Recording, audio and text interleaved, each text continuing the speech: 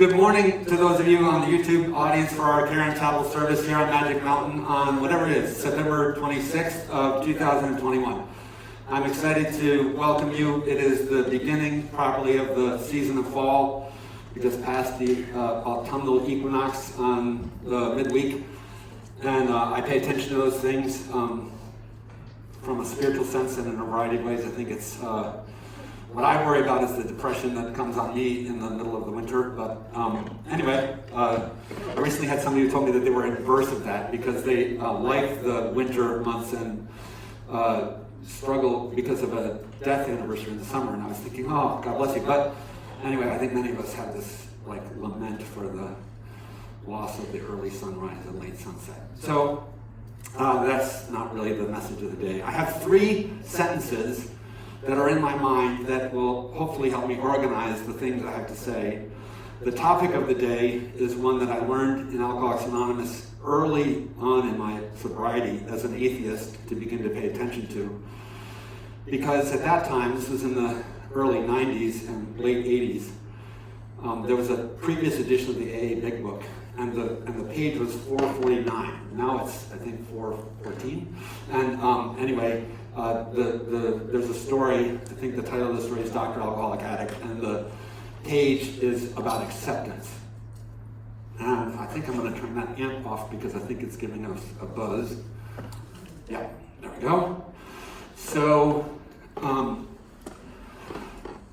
I learned about acceptance as relevant to recovery in 1989 when I began my journey of sobriety. And there was a pamphlet on acceptance, there was the story about acceptance, and there was the shout out to it in the Serenity Prayer, and there were tons of meetings on the subject of acceptance, as if acceptance was like a single thing. And it took me a long time, this is what happened with me with recovery, I don't know if it'll happen with you, but it took me a long time to grasp the depth of the issues that attach to the word, because I think there's actually lots of ways in which acceptance is relevant. And that's why I have 3 phrases that I'm going to use to sort of structure. And the first kind of acceptance is related to, in my office in Chensea, I have one of those wooden paint words painted on weathered wood signs, and it says, "It is what it is." You've all heard that, right? And usually when somebody says to you, "It is what it is," you feel like going, but that's because, to use the old AA expression, I never let go of anything that didn't have claw marks in it, right? So, when somebody is giving us that reflection, it is what it is, they're inviting us to contemplate the acceptance of a reality that's, in many ways, I think, external to ourselves, typically. I think that's where I'm going to start, I think the first way, and it's a naive way of understanding acceptance, was for me understanding that I had to accept I'm an alcoholic. I had to accept that when I go to events that other people are at, they're going to drink and I can't. And one more sidebar, when I speak here, I usually use alcohol and alcoholic, but I would ask you to substitute the other phrases. And even if I say Alcoholics Anonymous, I do recognize that people use other programs, other substances, other behaviors. But in order to try to not continually correct myself with generalities, I'm just going to use those as place markers. Much as I do sometimes when I speak about God, I would encourage you to also feel that there's generosity in my intention to have you sort of interpret that term in a way that you feel comfortable with. So, the person that maybe comes to mind for me most in acceptance of things as they are is a guy named Stephen Hayes. And I don't know if any of you would even know who Stephen Hayes is. He's still living and still teaching, but not as active as he was. Stephen Hayes developed a method of therapy. So some of you at Caron are in tracks like CBT. I don't know what it is with TLAs, 3-letter acronyms, but they just proliferate in the world, right? And so CBT, DBT, CPT, CEP, all of those are therapeutic methods, and each of those has or PET, that's a prolonged story, those are what I was thinking of. So all of those have a whole set of approaches and techniques. MI is another one, it's only 2 letters, but motivational interviewing. Anyway, Stephen Hayes, in I think the 90s, maybe earlier than that, but Stephen Hayes did his pioneering work in a method that he calls ACT. And it is an acronym, although it nicely spells ACT. But it's a method for behavioral health care that has been applied in many senses, in many opportunities and cases to people who suffer from addictive disorders with a great deal of success. And the first, you might guess that the A stands for acceptance. So Stephen Hayes is really big on acceptance is necessary for us, as AA was big on acceptance being necessary for us. And, this is just a perennial sort of thing. It's coming up like the mental health field, mindfulness is all the rage, and even in DBT, which was also another one of those methods you find Marshall Linehan's work, incorporating mindfulness. If you study mindfulness, one of the basic fruits of mindfulness is this increased capacity to have a non-judgmental response to things as they are. Either chronic pain or addiction or the phone call that you just had yesterday with people who are outside of treatment that is riling you, or the conversation you just had with your primary therapist about extended care or sober living, or we want you to spend 18 months in a container. And yeah, nobody got that recommendation yesterday apparently. But I've heard a year, that's I've heard, but anyway, and a year, this takes a long time, recovery takes a long time, and that's a hard thing to accept. It is hard to accept the externals. So, if we can begin to do that, we're making major progress, I think, spiritually and in terms of our recovery. And I think that one of the things that also helped me a great deal early in my recovery was going to an ACOA meeting. I don't know if all of you know what that is, but Adult Children of Alcoholics, which was very, very prolific and around all over the place when I was getting sober, but it's a little harder to find these days. I went to this ACOA meeting, and this guy, who becomes really important for me in the second phrase, but his name is Tom Hughes, he would become my sponsor, said at a meeting one night, "I am powerless over the past." And that just landed in me in a certain way that night. Because I don't think I had really thought to apply like the 12-step frame to much besides drinking at that point. And I was learning that actually I could use the 12-step framework, or you could use recovery dharma, or you could use, whatever is your spiritual support method for more than just the substance issues. But all of a sudden I realized I was perseverating about yesterday, about my parents and about my family of origin and about my marriage and the mistakes I'd made and the shame I was feeling and all that sort of stuff. And all of that angst and energy and effort had behind it some wish, I think, that my worry would make a difference in yesterday. I'm not saying that the worry is entirely wasted. I think there's some value to mining the past, but the only value in mining the past is not being able to rewrite it unless you're into alternative facts and fake news, but which we have a lot of today out in the media. So I mean, we live in a time when at a social level, reality is multiply construed in front of us all the time. But it doesn't mean we can actually change yesterday. So, and I don't know, my guess is for the audience that I have in the room here, one of the key yesterdays that you can't undo is the day that got you to come to Caron, right? So was that an intervention? Was that the DEA? Was that like, the handcuffs and the fingerprinting? Or was it, just somebody, loved one or whatever? And there usually is a fair amount of energy devoted towards that event. It's some hostility and resentment or bitterness or gee, I wish it could go differently. But the wise course is to understand that you're here and that there's no retake on that particular day on the calendar. What's the second form of acceptance that I wanted to talk about? Instead of it is who it is, my phrase is I am who I am. And this relates a little bit for those of you who are here with me like last week, and I think it's a topic that runs through the issue of recovery is, which I think I talked about, honesty and integrity and congruence. I did on Tuesday night. But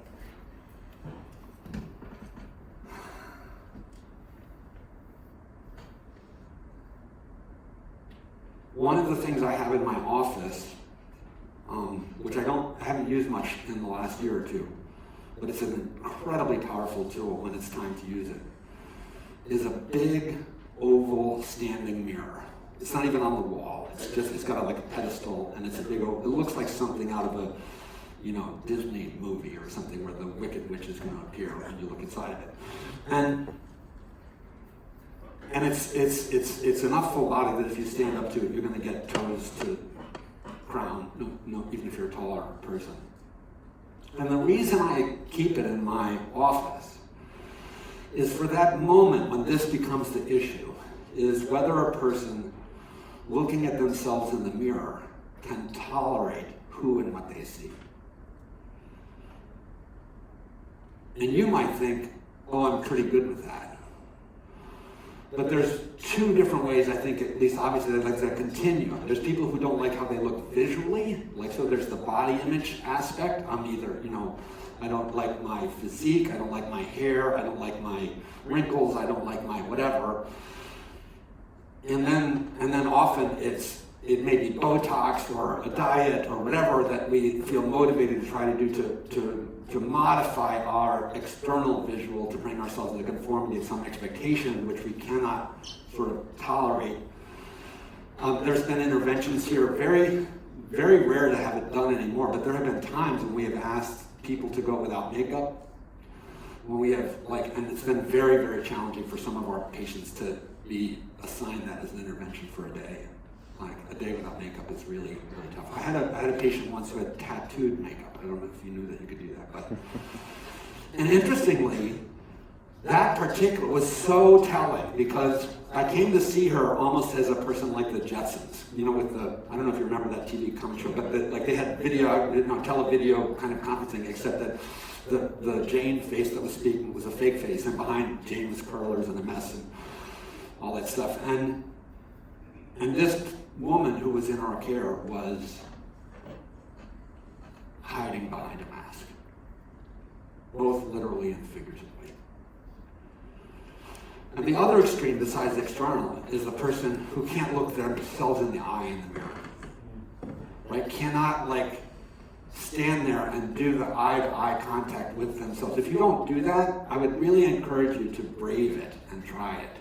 Because many of you, first of all, many of you are eye avoidant. I don't know if you know that, but many of you are eye avoidant in sessions. And you may find a clinician like me terribly intimidating because I'm trying to, get you to lock. But, and then, when you're looking at your shoes or whatever, I'm like, oh, there's an issue here. So your lack of eye contact communicates something about your discomfort with being seen. And what I would invite you to think about is giving yourself an opportunity to see yourself in that way. My sponsor, Tom, who I asked to be my sponsor when he said I'm powerless over the past, and he kept talking about God and love and everything, and I was like, oh, I hate this guy. And since he bothered me so much, I finally realized I wanted to ask him. I came to realize I envied his recovery. And honestly, he had aspects of his life story that I thought one should be permanently ashamed of. He had lived on the street, and he had been in a heterosexual marriage and then come out as gay, and his daughters had rejected him, and he had all this pain and wounding. I'm like, how can this dude be so freaking happy? Which he was. He was almost like one of these religious saints, kind of just radiated this kind of peace and tranquility and exuberance and joy in life. And I was annoyed by it. I thought it was fake. And then I finally said, hey, will you help me figure out how you got to where you are? And he did. And one of his interventions for me was he wrote a piece of paper and he said, I want you to take this and I want you to say it in front of a mirror naked every day, looking at yourself in the eye. And it was super simple. It was like Stuart Smalley, I think is his name. I love myself, I like myself, I respect myself, I am enough. That was 28-ish years ago.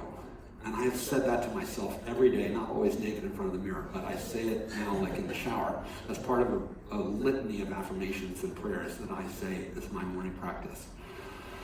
And I hope it to be progressively more and more true, right? So that's one of the purposes of an affirmation, is to pull us in a direction which is not yet what we want. It's not lying to ourselves. It's sort of coaching ourselves up. So today, I can tell you, I can stand in front of you with aware that I have a narcissism set of issues, but also in a knowing that about myself, trying to love myself anyway. I know I'm imperfect. I know I mess up. I know I get in trouble. I know I'm not the ideal husband all the time. I'm not the ideal clinician all the time. I'm not the ideal pastor all the time, for sure.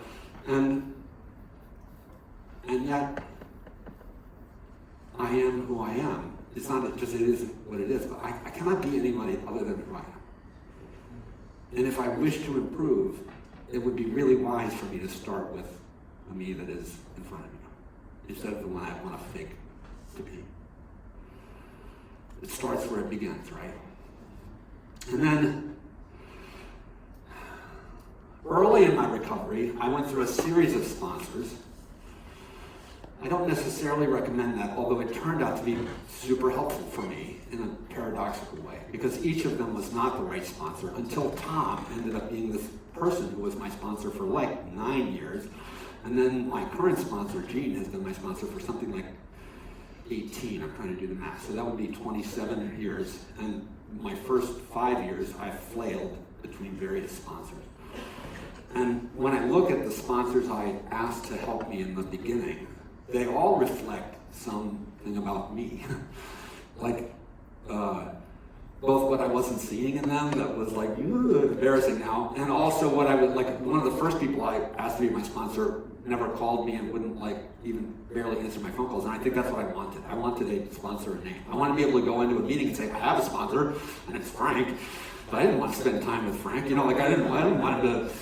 Like, I didn't want to do much more than go to meetings and stay sober at that time. And I didn't realize that if I had pursued and later I had a great conversation with Frank about that. And he was like, yeah, I was just watching and waiting, deciding whether he wanted to. And I wasn't even sure we were going to stick and stay. So, something that was definitely on me. Anyway, I had this sponsor. What was his name? His first name was Mike.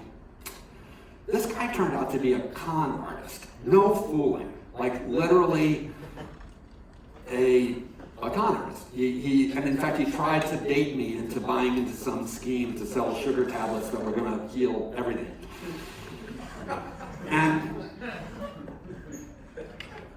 it was predatory.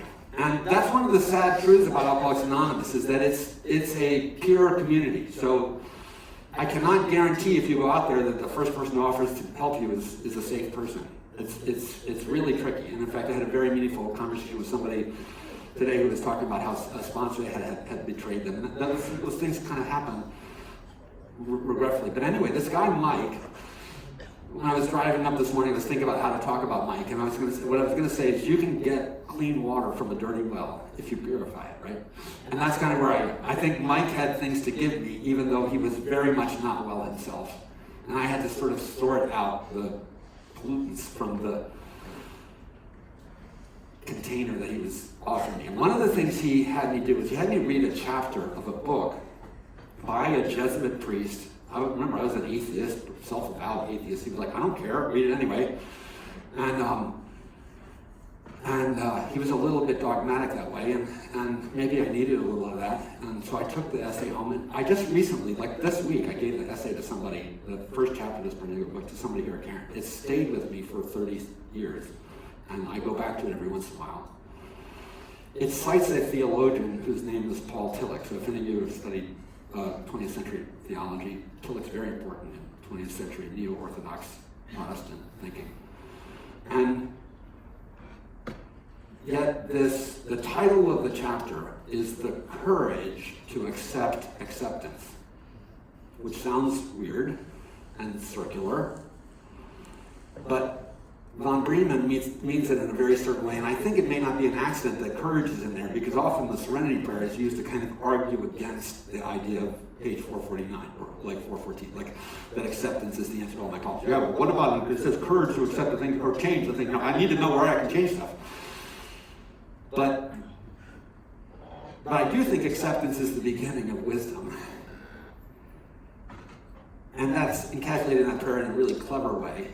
And the thing I want to say about that is that when this chapter talked to me, it talked about how, so my third phrase, it is what it is, I am who I am.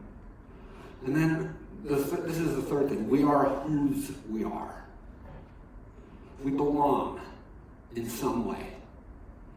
Maybe that's to tribe for you. Maybe that's a member of the human species. Maybe it's a part of a particular cultural or social demographic. Maybe most of us have various forms of belonging that are part of this intersectionality that makes up each of us. So I'm, Western European descent and heterosexual and sober and musician. All those are labels. None of them define me entirely, but they're part of who I am. And if you want to know me, some of that is teasing up these different things. And some of those relationships are relationships of deep indebtedness. So I am the child of John and Irene, my deceased parents. And that's in one sense whose I was while they were alive. I belonged to that family. And today I am betrothed and married to my wife, Judy. And so she and our granddaughters who we had this weekend are also whose I am. I'm theirs. I'm their. I belong in that, and I have a sense of obligation, but also a sense of meaning, destiny, and purpose that come from my communities of belonging. And I sometimes struggle with that because there are expectations that go with it. So I think the most extraordinary form of acceptance, in one sense, is for me to accept that sense of obligation. But also it is to accept the welcome. Like, I really struggled with that when I married into my wife's family. I got a lot of because she'd be so mad if I tell her that I told you all this, and it's going to be on YouTube, so what am I doing? I'm husband number 3, okay? So that puts me in a suspicious light. And I think it's taken them a while to realize I'm probably going to stick around, and maybe I'm not exactly the same as husband number 1 or husband number 2. So it took time for me to earn their acceptance. But when you read von Bremen or Tillich, what they will point out is that from a Christian theological perspective, none of us has to earn God's acceptance.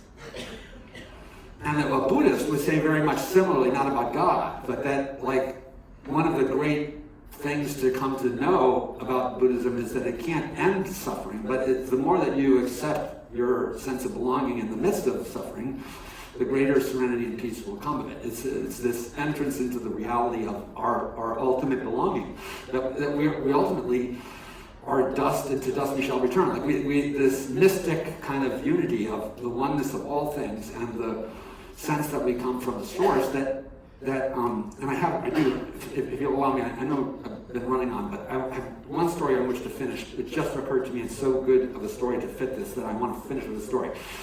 I had a patient here several years ago, not several, a ton of years ago, and she was a victim of tremendous trauma and had fled a family of privilege and lived out on run the tracks, hopped trains and been violated sexually and shooting dope and all that sort of stuff. And she came in to care here, and she reminded me and many of us of the character of Pigpen in the Penis, because the hair was, and she would wear leather studs and purple streaks and I dare you to be nice to me. And I remember she was sitting over there, and I was and I love this young person. So I was like, hey, how are you? And she's like, yeah. And there's a hilarious character in a TV show right now, Roy Kent, that's So not as many expletives as that character in the TV show, but we started on that, like I hate everyone and everything. But what that was a defense mechanism, right? Because she had been so horribly violated.